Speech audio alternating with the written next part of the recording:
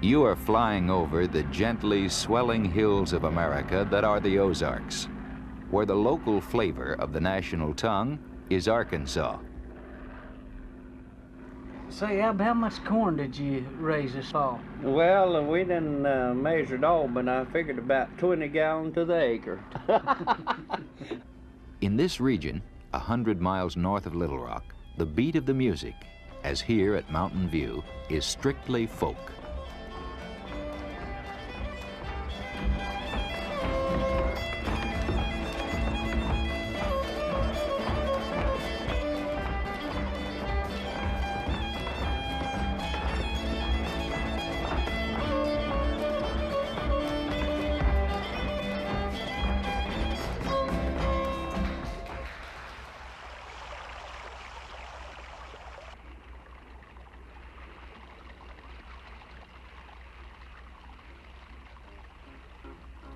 Father Time said to Mother Nature, before our labor cease, let's make just one more beautiful thing and it'll be our masterpiece. In nearby Blanchard Springs, sights like these, delighting the eye, are but a few of the surface features of the Ozark Hill Country. But native son Jimmy Driftwood sings about a special beauty to be found here that goes much, much deeper. Then they built a beautiful castle with pillars tall and round. Most beautiful castle in all the world, and they made it underground. They call it Blanchard Cave, love. They call it Blanchard Cave. Most beautiful castle underground, and they call it Blanchard Cave.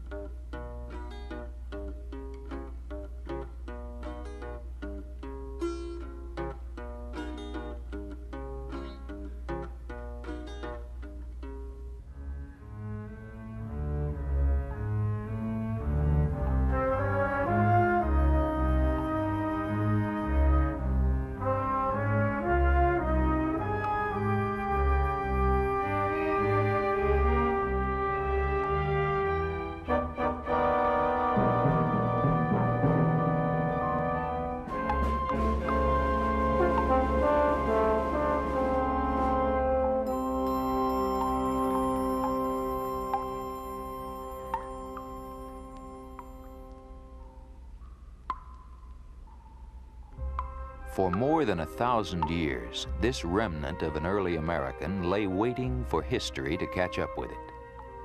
What was an Indian doing here, deep under Arkansas?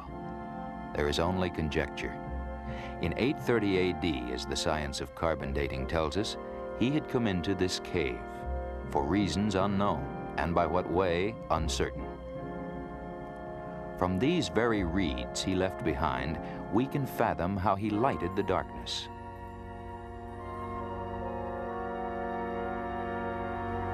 But suddenly, the light went out. And this first explorer never found his way to the surface again. But long, long before any human being set foot within the cave at all, nature had first to set the scene. It was many millions of years ago when the planet Earth was still a-borning. All of what we know as Arkansas, indeed all that is now the United States of America, was largely covered by a shallow ocean. In it lived many forms of sea life, jellyfish-like creatures floating near the surface, and along the sandy bottom, strangely shaped water animals who had discovered how to use the lime that's dissolved in seawater to construct shell homes for themselves as a protection against their enemies. As the eons passed, these shellfish, when they died, piled up on the floor of the sea. Millions of them. Billions upon billions. Those at the very bottom were crushed by the weight of those that followed. Deeper and deeper became the layers of lime-rich shells, the pressure from above finally pressing them together into a kind of soft rock we know as limestone.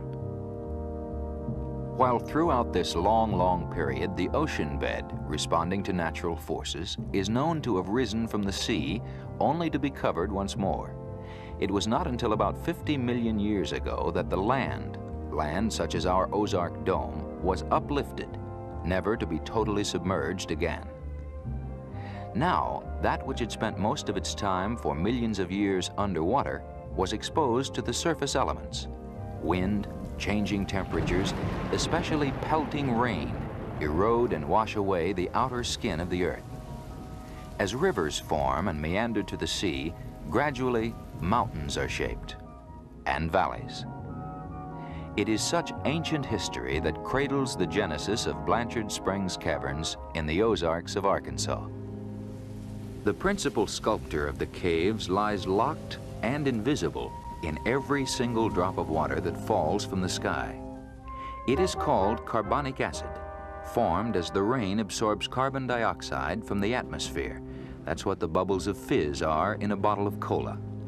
It increases as the drops pass through the decaying vegetation cover of the Earth's soil. Charged with the force that carbonic acid contains, these drops of water trickle down through the tiny cracks in the surface of the mountains. The carbonic acid begins at once to dissolve and wear away the rock. As it rains, more water moves in to enlarge the openings and deepen them, making an inviting path for the water to travel down through the soft limestone beds and even sideways between the layers, dissolving, ever dissolving. Crevices become channels.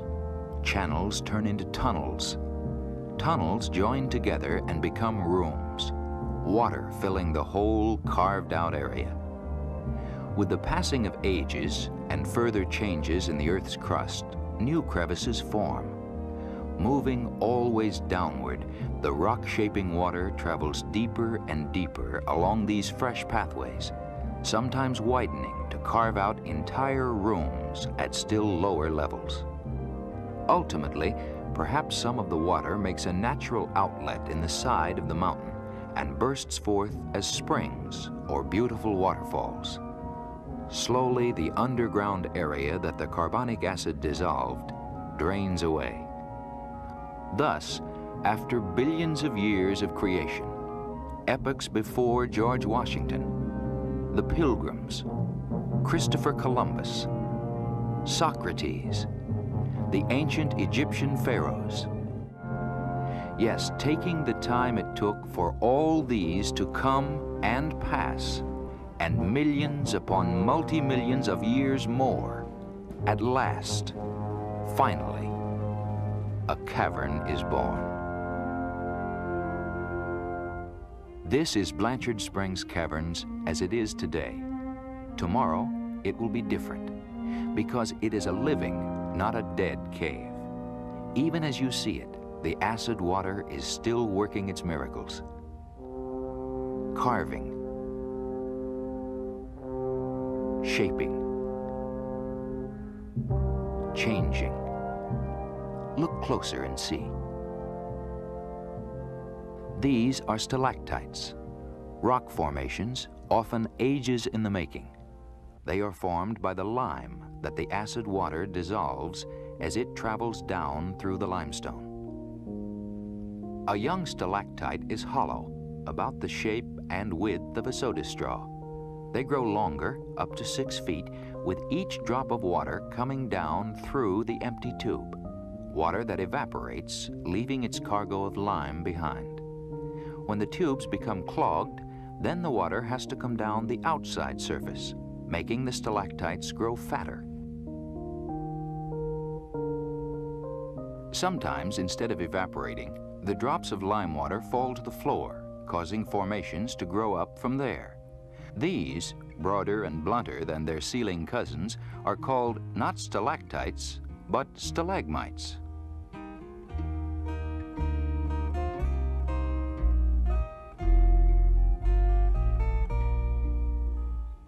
Occasionally, the stalactites coming down from the ceiling and the stalagmites rising from the floor join, like this. Such a formation is called a column. Some columns are veritable castles in themselves, rising, like this one, to a height of more than 60 feet.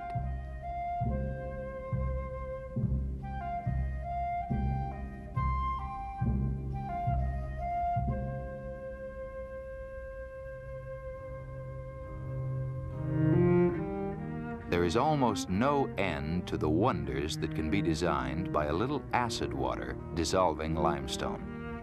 For instance, flowing along a crack in the cave ceiling, it might form sheets or drapes, hanging like a curtain instead of dripping to make stalactites.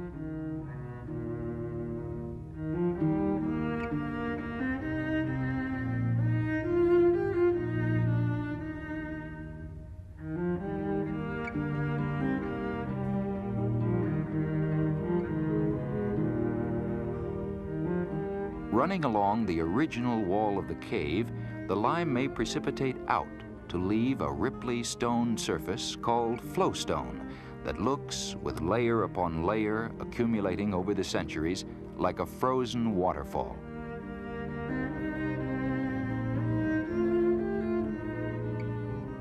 Like the Great Wall of China, only inches high, appear these formations on the cave floor, known as rimstone terraces. They are made when a flowing stream of water hits pebbles. The calcium deposit so created builds up again and again at the same point. As the water runs over the lips of these walls, it creates step-like terraces that hold back little captive ponds. But not all the cave's features are hardened into rock. Look, an underground river, racing along deep in still another level of the caverns. Skin divers plunging into this stream found their way to additional cave rooms, some almost dried out, some still filled with water. 4 hours later, they emerged here, almost a mile away at Blanchard Springs, which, like the cave itself, takes its name from Civil War homesteader John Blanchard, whose grist mill stood close by.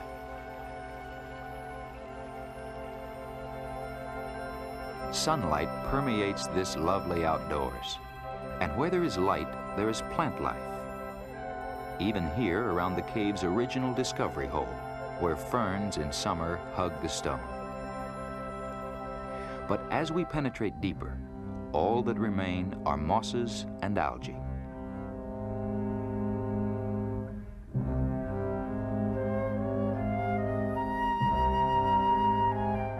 Listen, where the daylight is an intruder, in the cave's eternal nightness, creatures exist.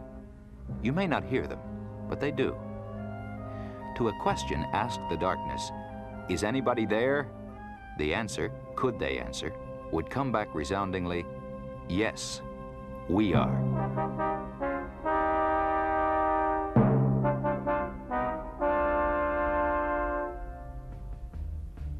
This is friend bat, seldom loved, much maligned. Bats are not really blind. Their tiny eyes work quite well. They are our only flying mammals, and when they do fly in the dark, they make squeaky sounds you and I cannot hear, that bounce off the walls and formations, warning them of obstacles to avoid. Some types of bats are very social. They like to live as close to their fellow bats as they can get, hanging head down. This is a cave cricket. He's a kind of wingless grasshopper, only he doesn't chirp. One cave study showed that every night, except in the extreme cold of winter, 1/3 of the crickets take their turn to travel out of the cave to forage on green plants, coming back with their stomachs loaded with food. The isopod is what scientists call a true cave dweller. Sightless, he never leaves. Like his ancestors before him, he is born, lives, and dies in the cave's darkness. And here, the salamander. Like the occasional cave visitor, the frog, he likes to live where it's damp, For to survive, his skin must remain moist. He likes nightlife because the air is humid then. That's when he chooses to go out to feed. Yes, these are the co-stars, so to speak, of the Caverns Animal Show. Creatures of the eternal darkness, whom you are not likely to meet on your well-lighted cave visit.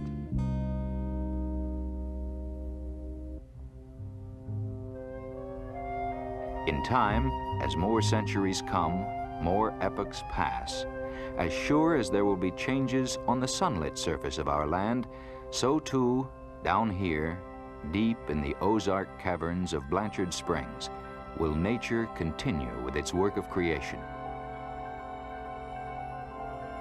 transforming, remodeling, as life goes on.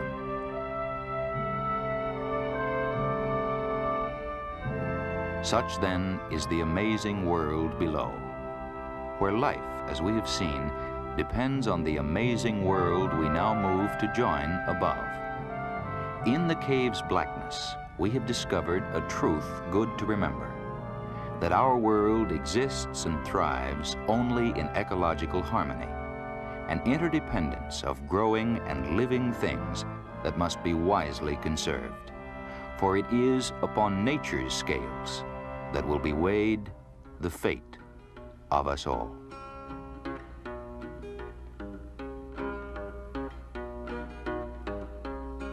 Father Time and Mother Nature, when the universe was young, they made the moon and the glittering stars, and they made the shining sun. They made the shining sun, love. They made the shining sun. They made the moon and the glittering stars, and they made the shining sun.